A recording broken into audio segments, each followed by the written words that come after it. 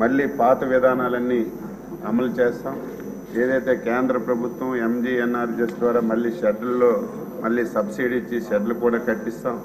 అదేవిధంగా ఈ బడ్జెట్లో దాదాపుగా 107.44 కోట్లు మొన్ననే బడ్జెట్లో కూడా పెట్టాం.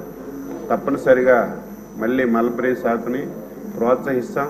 ఏదైతే 2014-19 ఉన్నటువంటి స్కీమ్స్ అన్నీ కూడా రివైవ్ చేసి వాళ్ళకు ఆదుకుంటామని చెప్పి తెలియజేస్తున్నాను. రెండవది, అక్కడ ఒక్కలు ఎక్కువ పండిస్తున్నారు. మన ఎమ్మెల్యే గారు అడిగారు. ఒక్కల గురించి సపరేట్గా ఒక మార్కెట్ పెట్టాలని చెప్పి 2018లోనే తెలుగుదేశం ప్రభుత్వం చంద్రబాబు గారి నాయకత్వంలో ఒక జీవో ఇచ్చారు అధ్యక్ష, ఒక్క మార్కెట్ గురించి. తర్వాత ప్రభుత్వం మారింది, ఆ జీవో అమలు జరగలేదు. ఈ మధ్యకాలంలోనే ముఖ్యమంత్రి గారు ఆ ప్రాంతానికి వెళ్ళి మళ్ళీ ఇక్కడ ఒక్కల మార్కెట్ తప్పనిసరిగా స్థాపిస్తామని చెప్పి అక్కడ అనౌన్స్ చేశారు. అది ఫైల్ ప్రాసెస్లో ఉంది. వీలైనంత తొందరగా మళ్ళీ అక్కడ ఒక్కల మార్కెట్ కూడా పిచ్చి ఆ ప్రాంతంలో ఉన్నటువంటి ఆ రైతులకు కూడా న్యాయం చేయడానికి అన్ని విధాల కృషి చేస్తామని చెప్పి మీ ద్వారా గౌరవ సభ్యులకి ఆ ప్రాంతంలో ఉన్నటువంటి రైతులందరికీ తెలియజేస్తాం.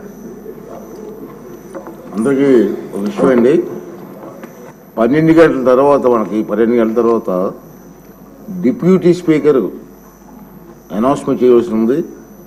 అంచేది మనం అందరం కలిసి 12 గంటల కల్లా ఇక్కడ ఉండాలి. అప్పటి వరకు బయటకు వెళ్ళి టీ తాగొద్దాం.